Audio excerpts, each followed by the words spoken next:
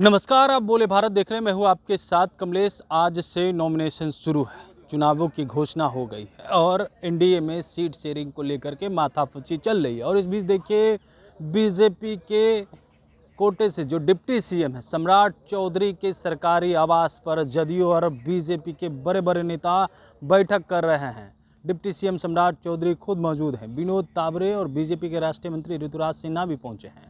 ललन सिंह भी हैं, संजय झा भी मौजूद हैं और इस बैठक में बड़ा फैसला लेने जा रहे हैं। जहां एक तरफ चिराग मांझी और उपेंद्र कुशवाहा को नाराज़गी दूर करने में तमाम नेता लगे हुए थे, तमाम नेताओं ने कोशिश की, लेकिन इस बीच देखिए एक बड़ी बैठक डिप्टी सीएम सम्राट चौधरी के आवास पर बुला ली गई है, जहां पे बैठक चल रही है और तमाम नेता इस बैठक में फैसला ले रहे हैं कि क्या करना है। बीजेपी और जदयू को कितने सीटों पर चुनाव लड़ना है, चर्चाएं खूब हो रही है, क्योंकि बीजेपी और जदयू दोनों लगभग बराबर सीटों पे चुनाव लड़ेगी और 100 से अधिक सीटों पर चर्चा है। बीजेपी की माथापच्ची इस वजह से है कि वो चिराग पासवान, उपेंद्र कुशवाहा या जीतन राम मांझी, इन तीनों नेताओं ने और तीनों पार्टियों ने टेंशन दे दिया है। इस वजह से इन तीनों नेताओं से मिलने के बाद अब जदयू के साथ बैठक कर रहे बीजेपी के नेता और जदयू के नेता डिप्टी सीएम सम्राट चौधरी के आवास पर बैठक करने पहुंच गए हैं। फैसला हो जाएगा, जल्द ही घोषणा करने की चर्चा है। हालांकि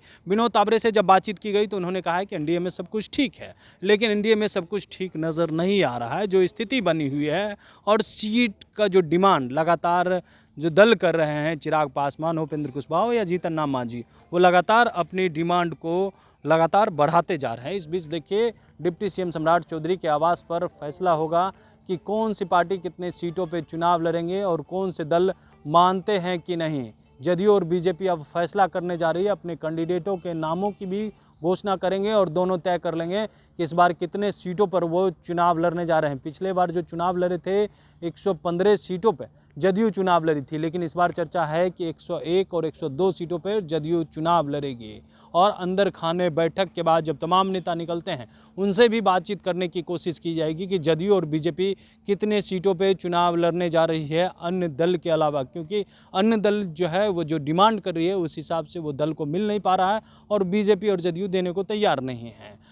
उन नेताओं का कहना है कि हमें ज़्यादा सीट चाहिए, हम अपने आप में ताकतवर हैं और मजबूत होना है। तो ऐसे में 25 विधानसभा चुनाव को लेकर के जिस तरीके से जो एनडीए में सीट शेयरिंग का मामला निकल करके सामने आ रहा है, जो माथापच्ची चल रही है, वो घमासान मचा हुआ है।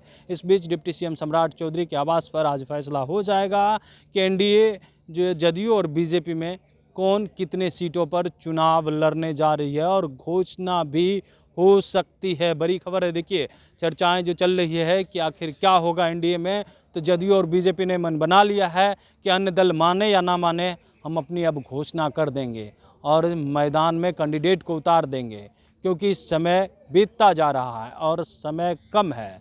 1 महीने के अंदर चुनाव भी समाप्त हो जाएंगे। आज 10 तारीख है, आज से नॉमिनेशन शुरू हो गया है।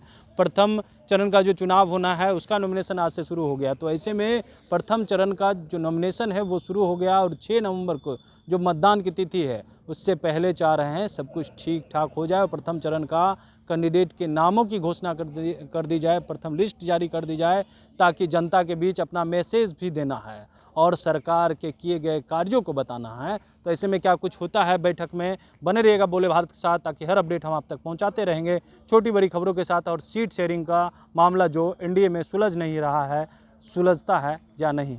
धन्यवाद।